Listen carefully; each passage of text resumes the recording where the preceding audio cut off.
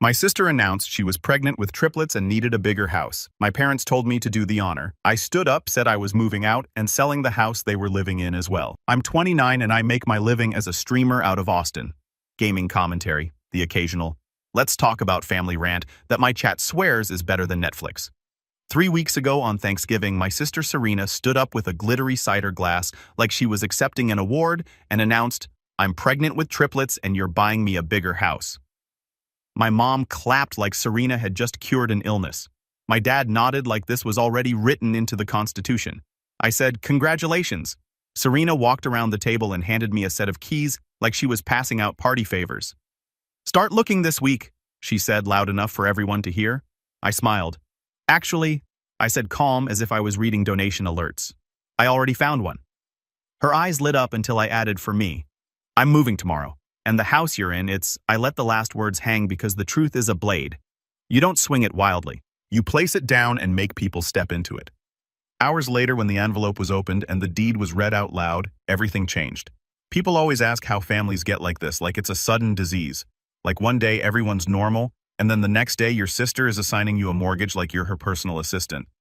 But it's never sudden. It's a pattern so old it stops feeling like abuse and starts feeling like whether something you're expected to dress for. The shared birthday. When I was 8, Serena turned 10, and my parents threw her a party with a bounce house and a magician. They told me we were doing a shared birthday to save money. The cake said Serena in pink frosting with little piped roses. My name wasn't on it. I remember standing next to the table watching candles get lit and asking, "Where's mine?" Mom smiled like I was adorable. "Oh, Max," she said, "don't be flexible, be grateful." I learned early that be flexible meant be invisible. The scholarship that didn't count. In high school, I got a scholarship to a decent college. Not Ivy League, but the kind of thing guidance counselors brag about. I ran into the kitchen waving the letter. Dad glanced at it like it was a grocery receipt. "That's nice," he said. "Serena needs help with her application fees." Mom added, "You're smart. You'll figure it out." Serena didn't even look up from her phone. "You'll probably just drop out and play video games anyway," she said. I laughed like it didn't hurt. Then I went to my room and sat on my bed holding that letter, realizing that even my good news was just a side quest in Serena's storyline. Adult disrespect with a smile. By 24, I was streaming full-time. It wasn't celebrity money, but it was stable. Sponsors, subscriptions, a community that showed up even when I didn't feel like I deserved it. My family called it pretending. At Sunday dinners, Mom would ask, "So are you applying for real jobs yet?" And Serena would laugh and say, "He yells at teenagers for money." Dad would say, "It won't last." And pass the potatoes like that settled it. Then Serena would text me later, "Hey, can you send $300 for my car payment? I'm short." When I didn't reply fast enough, she'd add, "It's not like you work." And if I did send it, she'd respond with a heart emoji like she tipped me. Micro scene number 4. The house that became a leash. 2 years ago, my parents downsized. That's what they told people. What actually happened was Dad's health took a hit. Mom panicked, Serena's rent jumped, and suddenly everyone was talking about family like it was a billing department. "We found a house," Mom said, voice syrupy. "It's perfect for all of us." "All of us?" I asked. Serena chimed in, "It'll be like a family hub, and you're doing so well online. This is a chance for you to invest." I didn't want a hub, I wanted distance, but then Dad called me alone, voice thinner than I'd ever heard. "Your mom's scared." He said, "Serena's Serena, we just need help." I told myself it was temporary. I told myself I was being a good son. And because I was the only one with liquid income, I did what I always did. I showed up, I put the down payment on that house.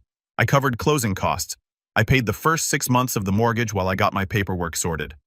Mom cried and said, "You're saving us." Serena hugged me and whispered, "You're finally useful." I laughed, because what else do you do when someone hands you cruelty wrapped in gratitude? And again, the motif, be flexible, be invisible. By the time Thanksgiving rolled around, the house had become Serena's stage. She decorated it like a catalog. She posted videos in the kitchen like she owned it. She talked about my home in front of Mom like Mom was staff. I didn't live there full-time. I had an apartment across town.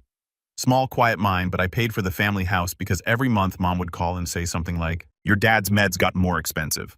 Or, "Serena's been stressed. Pregnancy hormones are intense." Or, "We'll pay you back when we can." They never said thank you. They said when we can, the way people say when the weather changes. That November, Serena started dropping hints like breadcrumbs. I can't believe how cramped this place will be, she said, rubbing her stomach dramatically even before she announced anything. Mom would look at the living room and sigh. Triplets need space. Dad would nod. A bigger yard. And I'd sit there thinking, you haven't even confirmed you're pregnant and you're already spending my money. Then came the invitation. Thanksgiving at the house. Big announcement. Mom texted. I almost didn't go. Not out of spite, out of survival. But I went because Dad's voice on the phone had been weaker lately. And I hate the version of myself that abandons people even when they didn't deserve loyalty. I drove over with a pie from a local bakery still warm in the box. I wore a simple sweater, jeans, nothing flashy, because any sign of success makes Serena's eyes sharpen. When I arrived, there were more cars than usual lining the street. Not just family, friends, church people. Serena's support circle. I counted faces as I walked in. 36 people, 36 witnesses. The living room smelled like cinnamon and roasted turkey and that specific aggressive scent of new candles trying to cover old resentment. Serena was in a tight dress, hair, perfect makeup, done like she expected a photographer. Her fiancé Kyle stood behind her with a hand on her waist, smiling like a man who'd never had to earn anything but still expected applause. Mom hugged me quick, distracted. Dad patted my shoulder. Serena took the pie, glanced at it, and said, cute, not thank you, cute. I set my coat down and found my seat, or tried to because the place cards weren't subtle. Serena and Kyle were at the head of the table. Mom and Dad beside them, and then the rest of the important guests. Me at the far end near the kids' table like an accessory they didn't want in the pictures. I stared at the card. Max and marker, like even my full name, was too much effort. I swallowed the heat rising in my throat. Don't cry here, not here. I took my seat. Across from me, Aunt Layla, my dad's sister, caught my eye. Layla wasn't loud. She wasn't dramatic. She was the kind of woman who watched everything and forgot nothing. She lifted her glass slightly in a silent salute that felt like, I see it, I see you. My phone buzzed. A text from Layla. You okay? I typed back. I'm fine, just hungry. She responded, eat, observe, don't react. I almost smiled, because that's the thing about people like Serena. They feed on reactions. They want you flailing so they can call you unstable. So I stayed calm. I passed the dishes. I made polite comments about the turkey. I let Serena soak up attention like sunlight, and all the while, I felt something solid in my jacket pocket. A thick, flat envelope. Not a weapon, not a threat. Just paper that told the truth. When it was time for dessert, Serena stood up and tapped her glass with a spoon. The room quieted. Phones came out. Of course they did. Serena smiled wide and practiced. I have something to share, she said. Kyle squeezed her waist. Mom's eyes glittered like she'd been waiting for this moment her whole life. Dad leaned back satisfied, and I realized something with a clarity that made my stomach settle instead of churn. This is the stage. Serena placed a hand on her stomach like it was holy. We're pregnant, she announced. Cheers, clapping. Someone shrieked. Then she held up 3 fingers with triplets. The room exploded. Mom cried openly. Dad stood to hug her. Kyle beamed like he'd invented reproduction. And then Serena's gaze snapped to me, sharp and bright, like the moment wasn't complete until she made it about control. She lifted her chin. And because we're about to be a family of 5, she said, drawing it out, we obviously can't stay in a house this small. Mom nodded vigorously. Dad made a thoughtful noise. Serena continued, voice sweet as poison. So Maxwell is going to buy us a bigger place. People laughed, uncertain at first, then more confident when Mom clapped like this was the cutest joke in the world. Serena leaned forward, eyes locked on mine, and delivered the line that would replay in my head for days. You're not even a real adult, but you can at least pay for one. A few people gasped. A few laughed harder, relieved someone said what they were thinking. My face didn't change. I felt my heart pounding, but my hands stayed steady on the edge of my plate. I set my fork down. Congratulations, I said again. Serena's smile widened. She walked around the table and pressed a set of keys into my palm. They were warm from her hand. Start looking this week, she said, loud enough for everyone. We need 4 bedrooms minimum and a yard, and I want it close to Mom. Mom clapped again. Dad nodded. Kyle said, we'll send you Zillow links. Serena turned back toward the crowd basking. I looked down at the keys. Then I looked up. Actually, I said, voice even. I already found one. Serena spun back to me so fast her earrings swung. Her eyes lit up greedy and bright. Oh my God, she breathed. You did. Really, show me. I smiled. Not fake, not cruel, Just finished.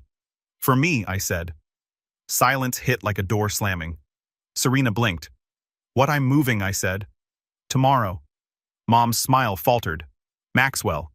Serena laughed like she'd misheard. No, you're not.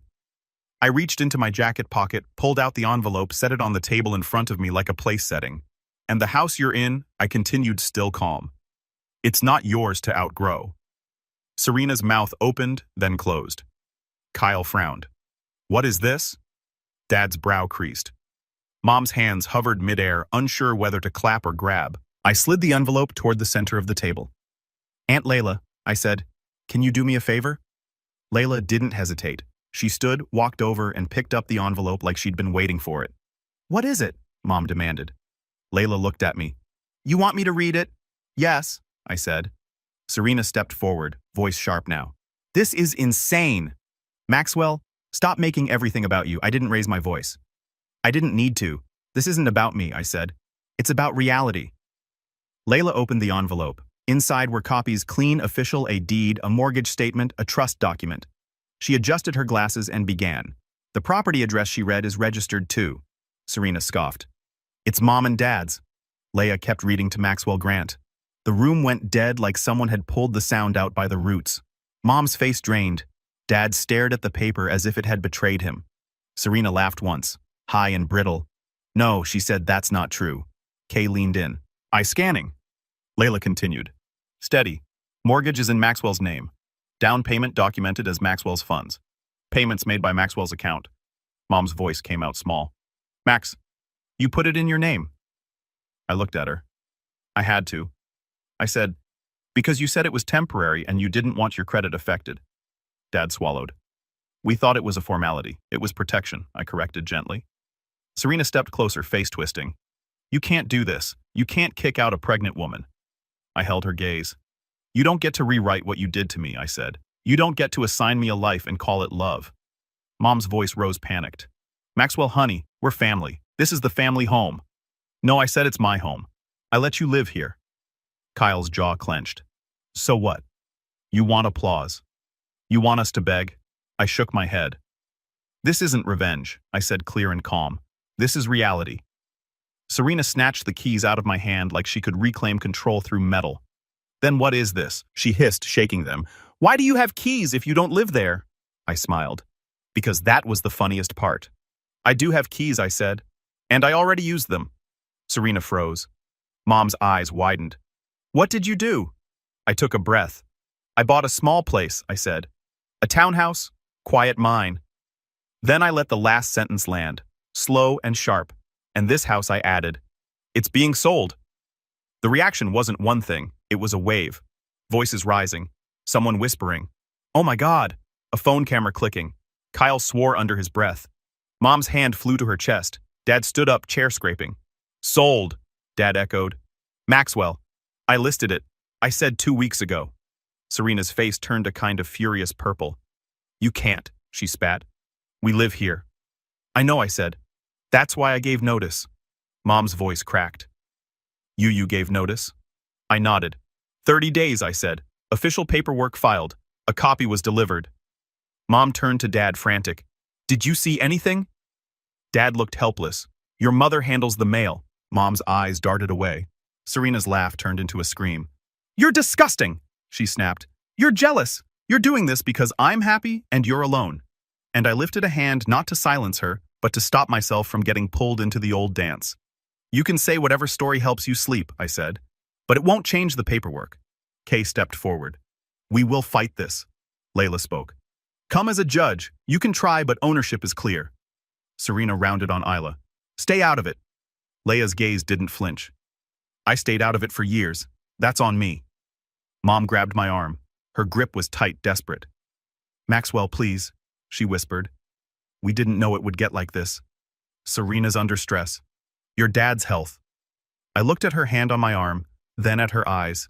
You clapped, I said quietly when she demanded my money like it was her right. Mom's lips trembled. I leaned in, voice low enough that only she and Dad could hear. I spent my whole life being told to bend. I said, I'm done. Serena slammed the keys on the table. Fine, then pay us out. If you want to sell, you owe us. I tilted my head. For what? For living here, she snapped. For improving it. 4. Wyla flipped a page. There's an itemized record here. Improvements were paid by Maxwell. Serena's eyes darted. Kyle's face tightened as he realized something he hadn't asked before. Wait, he said slowly to Serena.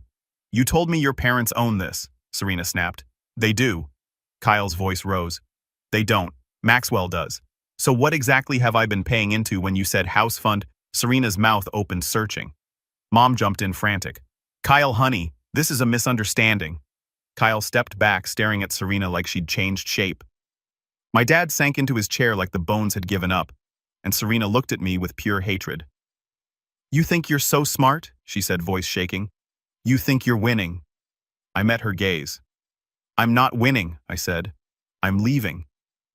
The next morning, I moved. Not with drama, with boxes and tape and 2 friends from my stream community who showed up because they're the kind of people who actually mean it when they say, I got you. My phone blew up the whole time, Mom calling, Dad texting Serena, leaving voice notes that went from rage to bargaining to rage again. One of them, Serena's voice syrupy and fake, said, Maxwell, babe, I think we got off on the wrong foot. You know I love you. Triplets are just scary. Let's talk about what you can contribute. I deleted it mid-sentence. Leia came by my new place with coffee and a tired smile. I'm sorry, she said. I know, I replied. She looked around my townhouse. Small living room, plain walls, the kind of space that feels like a blank page. This fits you, she said. It fits my nervous system, I said, and that made her laugh softly. 2 days later, Kyle emailed me. A real email. Subject line, need clarity. It was short. He asked if I could confirm ownership and whether the sale was real. I forwarded him the listing information and the legal summary Leia had prepared. No commentary, just facts. 10 minutes later, Serena called, screaming, You're ruining my life! She shrieked the second I answered. I didn't argue. I didn't defend. I just said, this isn't revenge. This is reality. And I hung up. A week after that, Mom showed up at my door. No warning. She looked smaller than I remembered, like all her certainty had drained out and left only fear. She held a casserole dish like it could protect her. Maxwell, she whispered, please. I didn't invite her in. I stood in the doorway, feeling the boundary like a physical line. We can talk, I said, but not about money. Her eyes filled. Where are we supposed to go? You should have thought of that, I said quietly. Before you made me your plan, she flinched. And I hated that part of me that still wanted to soothe her. But soothing her would mean soothing the lie, so I didn't. I gave her one piece of practical help because I'm not cruel, and because boundaries aren't the same as punishment. I'll send you a list of rental resources, I said, and I'll give Dad a ride to his appointment next week if he needs it. Her face lifted with hope.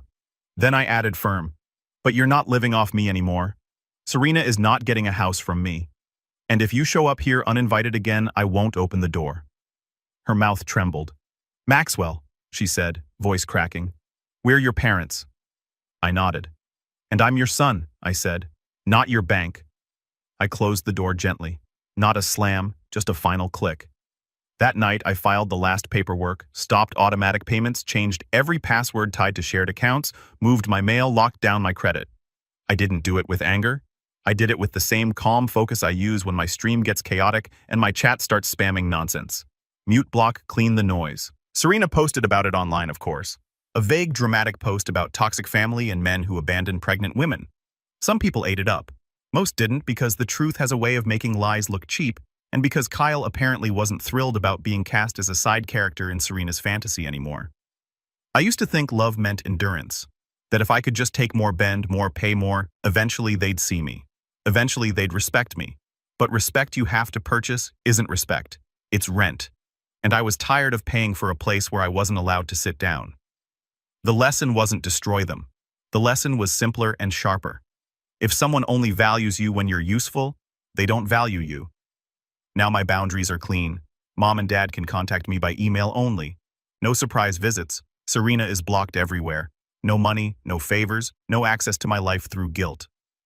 On the day the house went under contract, I printed one photo from childhood. Me and Serena on a couch, both grinning before everything hardened. I put it in a frame. Then I turned it face down on a shelf. Not because I hate her, because I'm done staring at a version of us that never existed. And at night, in my new place, I hear quiet. Not the kind of quiet that feels lonely, the kind that feels like a lock finally turning. I stopped volunteering for a role that only existed to shrink me. This story is about recognizing when your family mistakes your generosity for their automatic right and finding clarity when you finally set boundaries. Maxwell is a 29-year-old streamer who funded his family's housing while being treated as their backup plan. He paid the down payment, closing costs, and mortgage on a house his family lived in, then was seated at the kids' table during Thanksgiving, while his sister announced he'd be buying her a bigger house for triplets. When she handed him keys and said, "Start looking this week," she wasn't asking. She was assigning his money without permission. The house wasn't a gift. It was property they assumed belonged to them. Maxwell put it in his name because his parents said it was temporary and didn't want their credit affected. For years he paid while they lived there, posted videos in their kitchen, and planned his financial future without consulting him. When his sister publicly demanded he fund her next house, calling him not even a real adult, she revealed what he'd been to them, someone whose success existed to fund their comfort. The moment wasn't the demand, it was everyone agreeing with it. His mother clapped, his father nodded, witnesses laughed. Maxwell's response revealing he'd listed the house and was moving wasn't dramatic. It was simply facts meeting reality. What this teaches when family only appreciates you while you're providing. The relationship has become one-sided. Maxwell's sister mocked his career, then expected him to fund her housing. His parents didn't acknowledge his contributions. They assumed more would always come. Support given under assumption rather than gratitude eventually runs out. For years, Maxwell paid expenses while being treated as less important than others at family gatherings. When he stopped suddenly, it became a crisis. Boundaries need action, not just words. Maxwell didn't just decline. He changed passwords, stopped payments, and moved to his own space. Clear actions speak when words get ignored. Financial generosity can't create genuine connection with people who only value what you provide. The family's response to losing the house showed they valued Maxwell's money, not Maxwell himself.